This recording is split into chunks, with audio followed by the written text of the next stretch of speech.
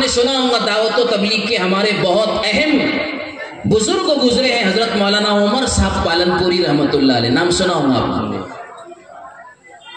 ان کو لسان تبلیغ کہا گیا، تبلیغ کی زبان۔ اللہ نے زبان میں، بیان میں ایسی تاثیر، ایسا اثر اللہ نے رکھا تھا کہ مجلس ہی کے اندر بگڑے ہوئے انسانوں کی تقدیریں سنورنے لگتی تھی۔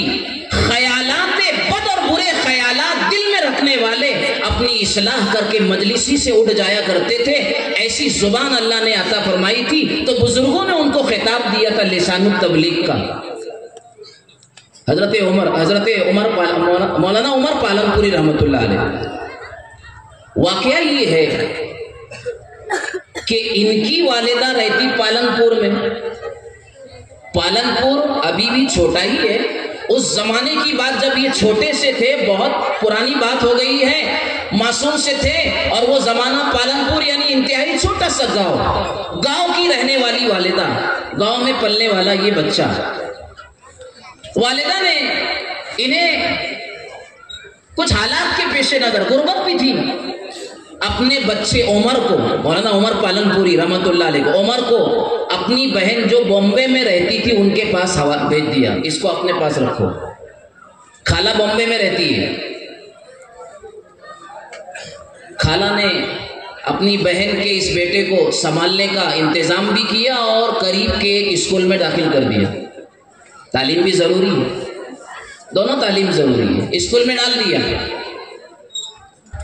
ابھی سال پورا ہوا نہیں، مکمل نہیں ہوا، ایک پروگرام ہوا۔ یہ سال گزرتے گزرتے مولانا عمر صاحب جو معصوم اور بچے ہیں، پہلی کلاس میں اسکول کی ایسی صلاحیتیں نکھری اور سامنے آئی کہ اس پروگرام میں پیرنٹس میٹنگ میں ان کی خالہ کو بلایا گیا، ذمہ داران اسکول نے، مینجمنٹ نے ان کو بلایا اور کہا کہ بہن یہ تمہارا بھانجا، خالہ ہے نا، یہ تمہارا بھانجا عمر نامی جو ہے یہ بڑا ذہین ہے، بڑا ہوشیار ہے، اس کے پاس بہت حافظہ اور قوت ہے، ٹیلنٹڈ بچہ ہے، بہت ٹیلنٹ ہے اس کے اندر، ہم اپنی گود لے لیتے اس کو، یعنی اس کی آگے کی تمام گریجویشن کا جتنا خرچہ، ابھی 12 اور 13 سال باقی ہے اس کو، ساری تعلیم کا خرچہ ہماری مینجمنٹ اور ہماری سوسائٹی اور ہماری اسکول سنبھالے گی، آپ اسے ہمارے حوالے کر دو، یہ گریجویٹ ہوگا، یہ بہت آگے جائے گا۔ خالہ تو بہت خوش ہوگی کیونکہ بمبئی میں رہتی تھی خالہ بھی،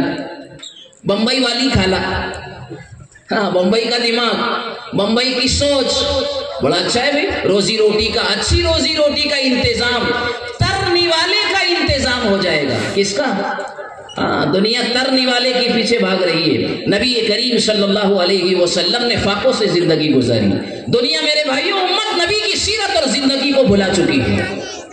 کہا کہ بہت اچھی بات ہے، ویلکم تمہارے اس فیصلے کو، ٹھیک ہے، بات پوری ہو گئی، چھٹیاں آئی، ویکیشن آیا، خالہ بڑی خوشی اپنے بھانجے عمر کو لے کر کے پالن پور آئی اماں کے پاس کہ ملوں گی بہن سے اور یہ خوشخبری سناؤں گی۔ ماں کتنی خوش ہو جائے گی کہ میرے بیٹے بمبئی کی، میرے بیٹے کے لیے انہوں نے جو ہے یہ فیصلہ کیا ہے۔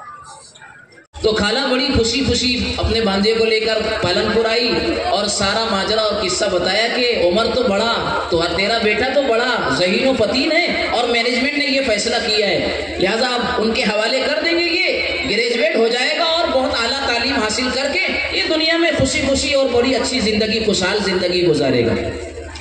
اماں نے ایک آہ سرد بھرا، ایک ٹھنڈی سانس لے کر کے کہا کہ اچھا میرا بیٹا عمر اتنا ذہین ہے، اتنا ہوشیار ہے، بہت اچھی بات ہے، یہ تو اللہ کا شکر ہے۔ کہا کہ اگر ایسی بات ہے کہ میرا بیٹا اگر اتنا ہوشیار اور ذہین ہے تب تو میں اپنے اس بچے کو مدرسے میں ڈالوں گی، تب تو اس کو مدرسے میں ڈالوں گی۔ خالہ تو بالکل پریشان کہ وہ سمجھ رہی تھی کہ اماں خوش ہو کر کے مجھے اجازت دیں گی اپنے پاس رکھنے کی اور اسکول پڑھانے کی، آگے نہیں، اتنا اگر ہوشیار ہے تو یہ اچھا مال تو میں مدرسے کے حوالے کروں گی۔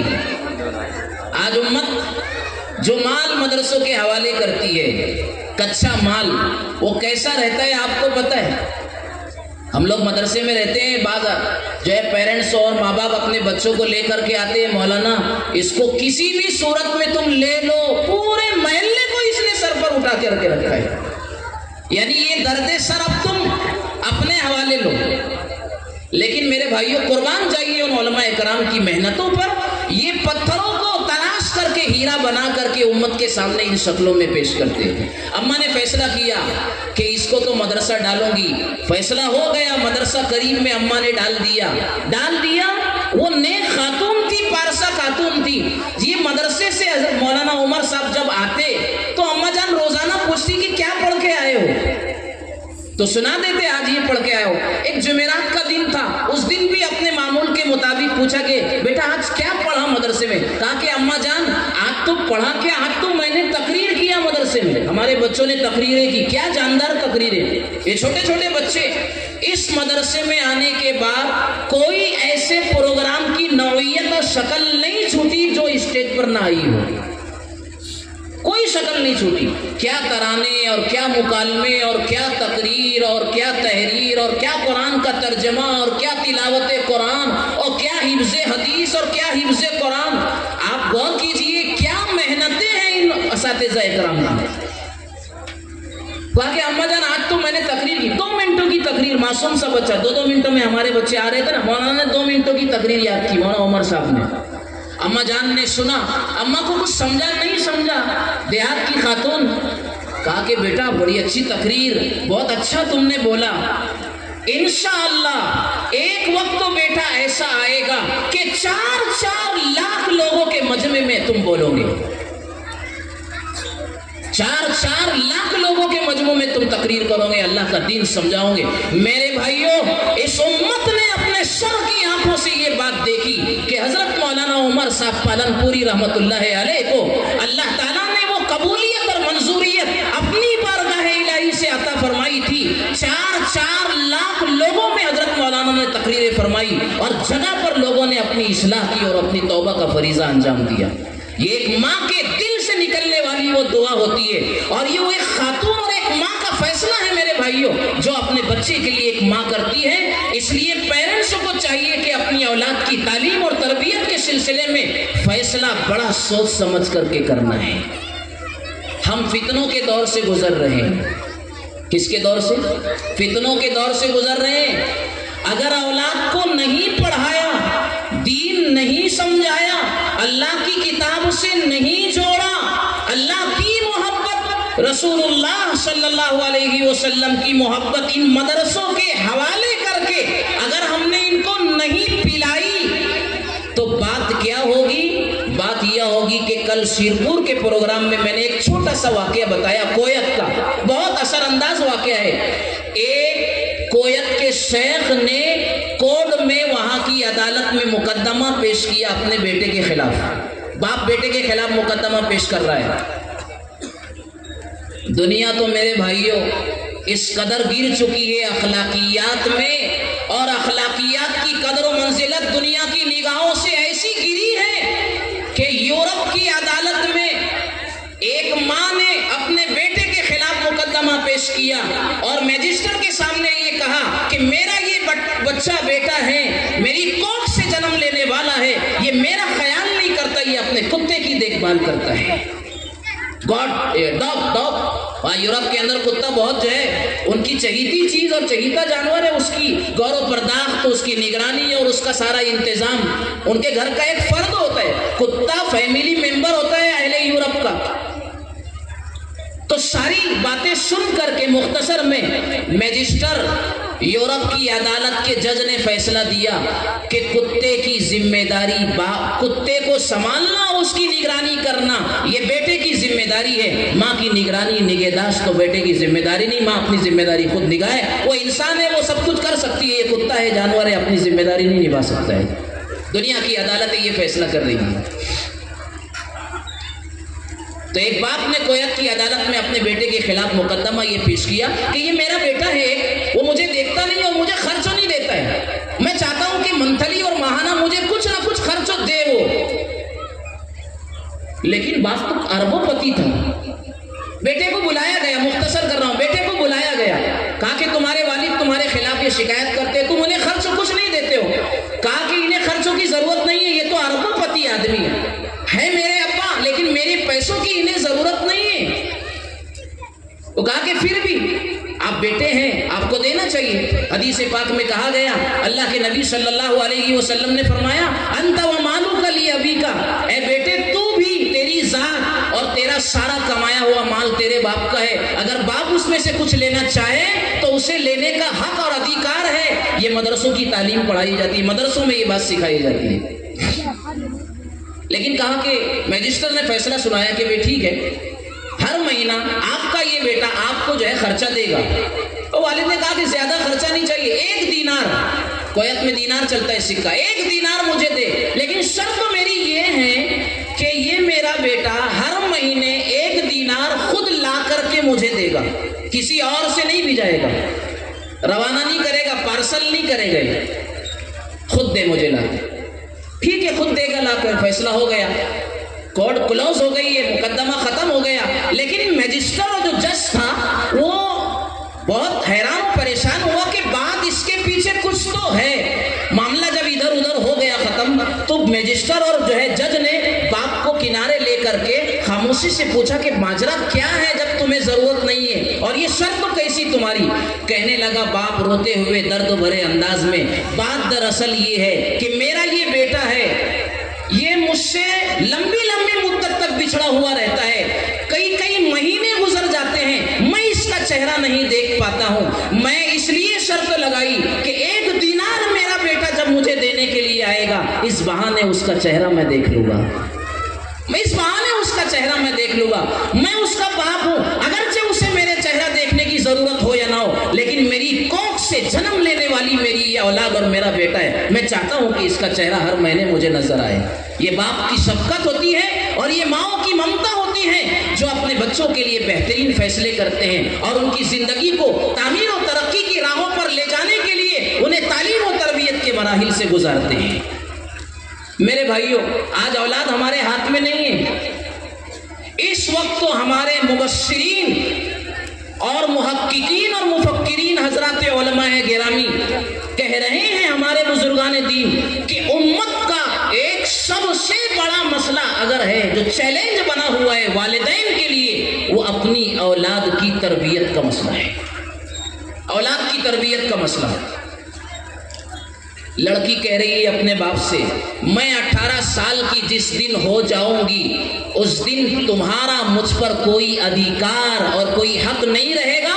میں اپنے من چاہی زندگی گزاروں گی, اور جس کے ساتھ چاہے میں بیاہ اور نکاح اور شادی رچاؤں گی, چاہے جس کے ساتھ میں شادی رچاؤں, اس کا مذہب کچھ بھی ہو. میں ابھی کل ہی شیرپور میں کسی نے مجھے ایک ویڈیو ڈالا اور لکھا کہ اس کو ضرور دیکھیے آپ. میں نے دیکھا کہ ایک چاپڑ سمجھتے کہ نہیں اس علاقے میں, چاپڑ دھاردار ایک ہتھیار ہے, چاپڑ ایک آدمی لیا ہوا ہے. ایک برقع پوش خاتون اسکول کی بچی ہے, اس کو 2 بدماشوں نے, اس کا افیئر تھا اور اس کا ناجائز تعلق تھا اس بچی کا غیر کے ساتھ. یہی تو ہوا چل رہی ہے امت میں, بیٹیاں جا رہی ہیں.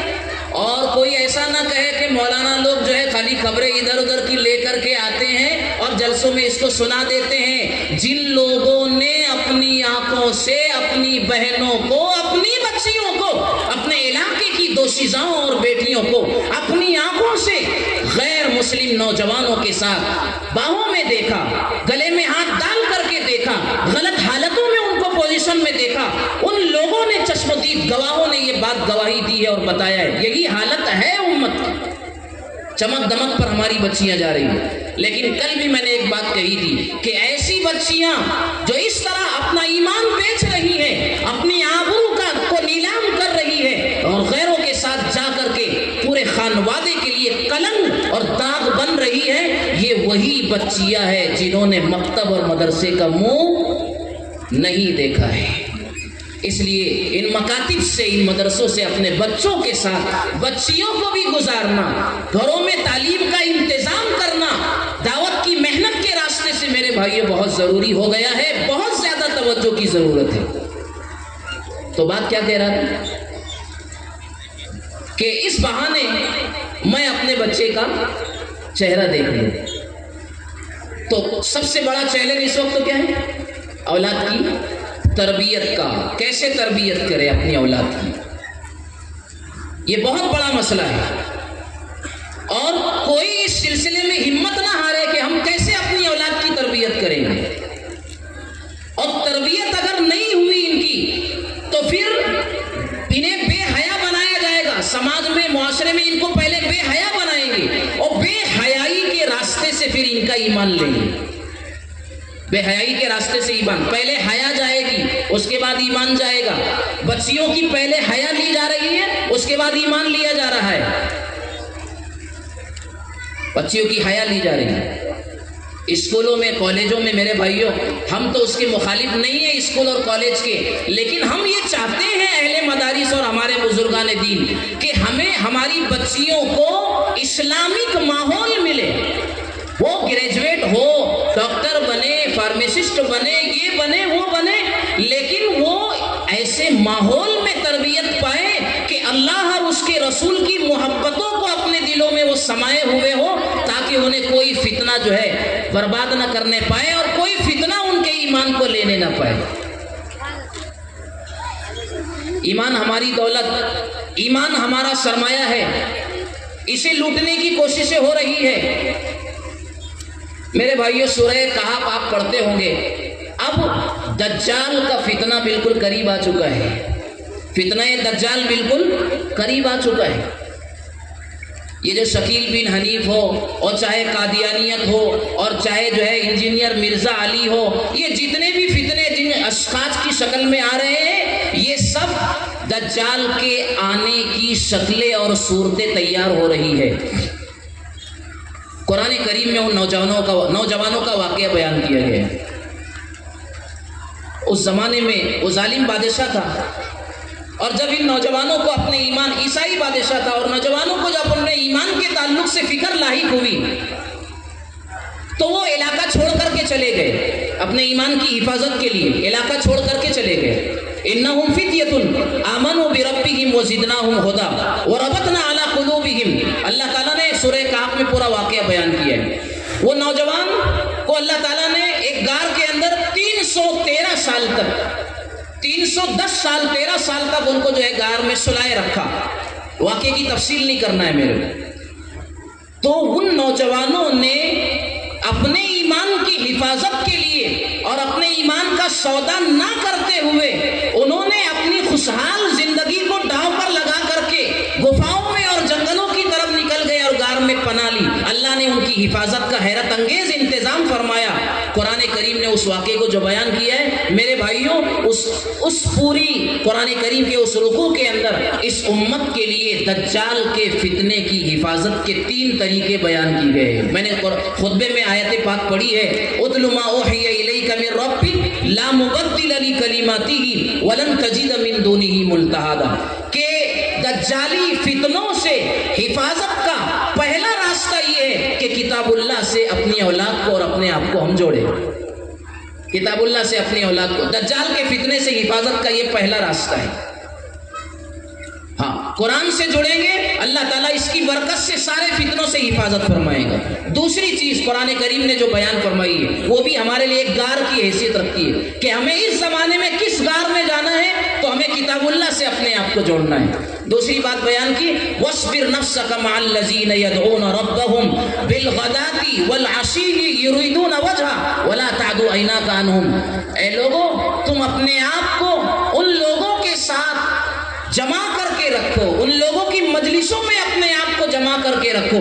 یدعون ربهم بالغداة والعشی، جو صبح و شام اللہ کی بندگی اور عبادت کرتے ہیں اور اسے پکارتے ہیں. حاصل بات کا یہ کہ اہل اللہ کے ساتھ، اللہ والوں کے ساتھ، نیک نفوس اور بندوں کے ساتھ اے لوگوں اپنے آپ کو بنائے رکھو، ان کی مجلسوں میں جاؤ.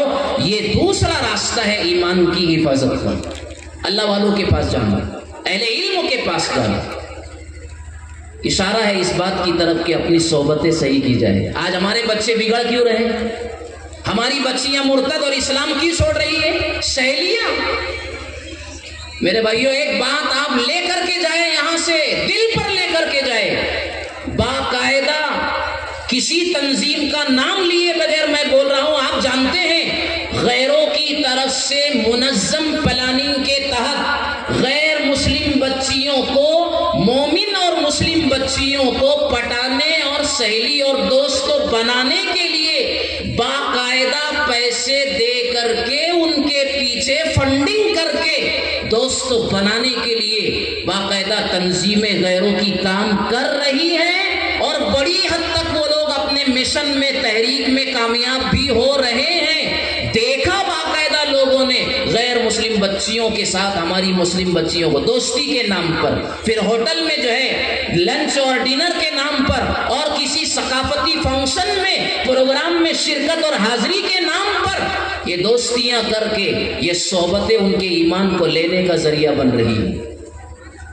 اسی لیے کہا گیا صحبت صالح تورا صالح کنت، صحبت طالح تورا طالح کنت. اچھی صحبت تجھے اچھا بنائے گی اور بری صحبت تجھے برا بنائے گی. ہمارے مشائخین اور بزرگان دین کہتے ہیں کہ جو ہے یار بد بدتر از مارے بد، کہ برا دوست ڈسنے والے سانپ سے بھی زیادہ خطرناک ہوتا ہے. ڈسنے والے سانپ کا زہر تو میرے بھائیوں ہو سکتا ہے جان لے لے، لیکن برے دوست، برے ہم نشین، غلط سہیلی کی دوستی اور صحبت تو ایمان لے گی.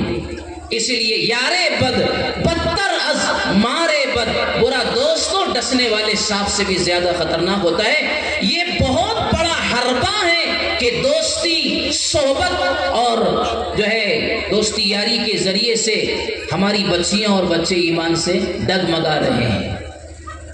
اس لیے اسلام ایک معمولی چیز بن کر کے رہ گئی، ایمان ایک معمولی چیز نگاہوں میں بن کر کے رہ گئی، اسے کوئی حیثیت نہیں دی جا رہی. یہ اس کا راستہ کیا ہے؟ اس کے سدے باب اور اس کی بندش کے لیے اہل اللہ کی صحبت، اللہ والوں کی مجلسوں میں جانا، دعوت کی مجلسوں میں جانا، دین کی مجلسوں سے اپنے آپ کو جوڑنا. میرے بھائی یہ اس کا راستہ ہے، اس کے سوا کوئی حل نہیں ہے. اللہ کے نبی صلی اللہ علیہ وسلم نے پیشین گوئی فرمائی تھی کہ جب قیامت قریب آئے گی حالت ایسی ہو جائے گی اور دجالی فتنہ ایسا اپنا اثر دکھائے گا کہ یصبح الرجل مؤمنا ویمسی کافرا ویمسی المؤمن ویمسی الرجل مؤمنا ویصبح کافرا. صبح کو ایک آدمی مسلمان ہوگا ایمان والا، شام کو کافر ہو جائے گا. شام کو جو آدمی صاحب ایمان ہوگا صبح آواز اور پتہ چلے گا کہ وہ جو ہے کافر بن گیا، شکیل بن حنیف کا ماننے والا بن گیا، مرزا علی کا ماننے والا بن گیا، کسی مہدی کا دعویٰ کرنے والے کا ماننے والا بن گیا. اور کمال کی بات یہ ہے کہ شکیل بن حنیف اور عیسائیت اور مہدیت کا دعویٰ کرنے والے ان جھوٹوں نے ایسے لوگوں کو اپنے جال میں اور اپنے دام میں پھنسایا ہے میرے بھائیوں، جن کے چہروں پر داڑیاں ہیں، جو دینی دعوت سے اپنے آپ کو لگائے ہوئے ہیں، اس کے باوجود وہ ان کے جال میں آ گئے. میرے بھائیوں اس کے پیچھے بات وہی ہے کہ انہیں پیسہ دکھایا جا رہا ہے، انہیں گھر کو تعمیر کرنے کی بات کہی جا رہی ہے. پیسہ ایک بلا اور ایک مصیبت ہمارے مہاراشٹر میں بھی اور وہ یہاں بھی چل رہی ہے. ہمارے یہاں کہتے ہیں مہیلا بچت گٹ، آپ کے وہاں کیا کہتے ہیں؟ سموہ مہیلا بچت گٹ کے عنوان سے مہاراشٹر میں اور ان علاقوں کے اندر ایم پی کے سموہ کے نام سے عورتیں سودی قرض غیر مسلم آفیسروں سے لے رہی ہے. مہیلا بچت گٹ ایک نیم سیاسی جو ہے تنظیم ہے اور سیکشن ہے. وہ سموہ والے ہماری مہیلاؤں اور ہماری خواتین کو قرض کے نام پر 10-20 ہزار سے شروعات کرتے ہیں اور اس کے بعد ان کا ایک سلسلہ رہتا ہے اور روزانہ یا ہفتے واری پھر وہ چکانا رہتا ہے. ساری تفصیلات سمجھیں. اس میں کیا ہو رہا ہے؟ سموہ کے عنوان سے غیر مسلم آفیسر بند کمرے میں میٹنگ لیتا ہے، ہاں محلے کی ساری خواتین آتی ہے، یہ بھی قرضہ مل رہا ہے، 10-20 ہزار روپے قرضہ مل رہا ہے، پھر دھیرے دھیرے چکاتے رہیں گے. غیر مسلم آفیسرز آتے ہیں ہماری مہیلاؤں کے پاس، محلے میں ایک کمرہ طے ہوتا ہے، وہاں میٹنگ ہوتی ہے اور آپ کو میں صاف شبدوں اور لفظوں میں کہتا ہوں اس علاقے کی پورے محلے میں جو سب سے زیادہ خوبصورت خاتون ہوتی ہے اس کو ادھیکش اور اس کا صدر بنایا جاتا ہے. ان کے آدھار اور ان کا پورا ڈاکومنٹ لے لیا جاتا ہے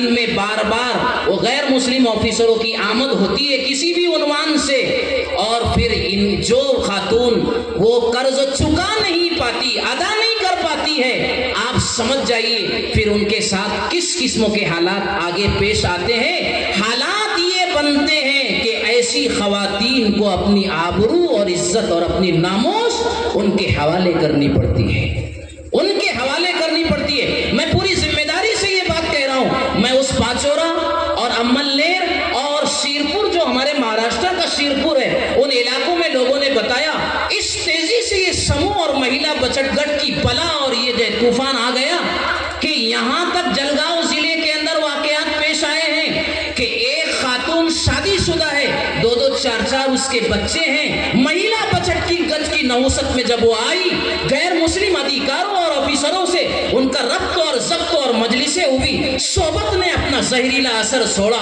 وہ خاتون اپنے شوہر سے کہتی ہے تو مجھے پسند نہیں، میں تو اس کے ساتھ شادی کر لوں گی اس لیے کہ تو مجھے پیسے نہیں دیتا ہے، وہ تو مجھے پیسے دیتے ہیں۔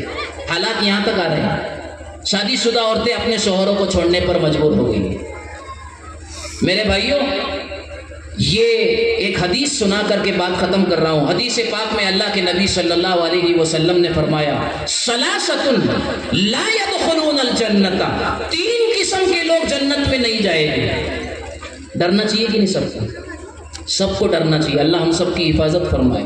تین قسم کے لوگ جنت میں نہیں جائیں گے، میں نہیں کہہ رہا ہوں، رسول اللہ صلی اللہ علیہ وسلم کی صحیح حدیث ہے۔ کون سے تین لوگ ہیں جنت میں نہیں جائیں گے؟ نمبر ایک الدیوس من الرجال، نمبر دو والرجلۃ من النساء، نمبر تین وہ مدمن الخمر او کما قال النبی علیہ الصلوۃ والسلام، اللہ کے نبی نے فرمایا سب سے پہلا وہ مرد جو دیوس ہے، دیوس وہ جنت میں نہیں جائے گا۔ نمبر دو وہ مرد جنت میں نہیں جائے گا جو عورتوں جیسا بناؤ سنگار چال چلن اپناتا ہے، کپڑے ویسے پہنتا، بال ویسے کاٹتا، سمجھ میں نہیں آتا پیچھے سے کہ ہاں ہے یا ہو ہے، مرد ہے یا عورت ہے، میل ہے یا فیمیل ہے، سلام کروں کیا نہیں کروں کیا چپل نکالتی، سمجھ میں نہیں آتا۔ ایسا بناؤ سنگار مرد عورتوں جیسا بننے والا آدمی، ہمارے جو ہے بہت سے نوجوان کانوں میں بالیاں پہن لیتے ہیں، ہاتھوں میں چوڑیاں اور کڑے ڈال لیتے ہیں، نہ جانے انہیں عورتوں جیسا بننے میں کس شوق آتا ہے۔ اللہ تعالیٰ نے اچھا خاصا مرد بنایا ہے، اپنی پوزیشن کو اپنی حالت کو باقی رکھنا چاہیے۔ تو دوسرا وہ مرد جنت میں نہیں جائے گا جو عورتیں جیسے چال چلن اور رہن سہن اختیار کرتا ہے، اور تیسرا ہے وہ مدمن الخمر، شراب کا پینے والا جنت میں نہیں جائے گا۔ آج امت میں شراب عام ہو گئی، ہمارے اکابرین کہہ رہے ہیں کہ اس امت کو اب ہلاک و برباد کرنے کے لیے ناکا ساکی اور ہیروشیما کی طرح کسی ایٹم بم برسانے کی کوئی ضرورت نہیں ہے۔ افیون، چرس اور کتا گولی اور نہ جانے زہریلی کتنی نشہ آور چیزیں پینے میں کھانے میں اس وقت تو ہمارا نوجوان خود بخود تباہ ہو رہا ہے۔ کسی توپ کی، کسی تفنگ کی اور تیر و تلوار کی ضرورت نہیں ہے انہیں ہلاک کرنے کے لیے۔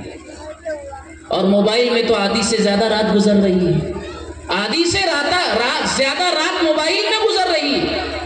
میرے لیے دوسرا موضوع ہے۔ تو تین قسم کے لوگ جنت میں نہیں جائیں گے۔ صحابہ نے پوچھا یا رسول اللہ صلی اللہ علیہ وسلم، یہ دو بعد والے تو سمجھ میں آ گئے، عورتوں جیسا بننے والا اور شراب کا عادی، شراب بار بار پینے والا، یہ جنت میں نہیں جائے گا، یہ تو سمجھ میں آ گیا، لیکن پہلا جو قسم ہے، پہلی قسم الدیوس، دیوس کسے کہتے ہیں شاید آپ بھی نہیں سمجھے ابھی لفظ سے۔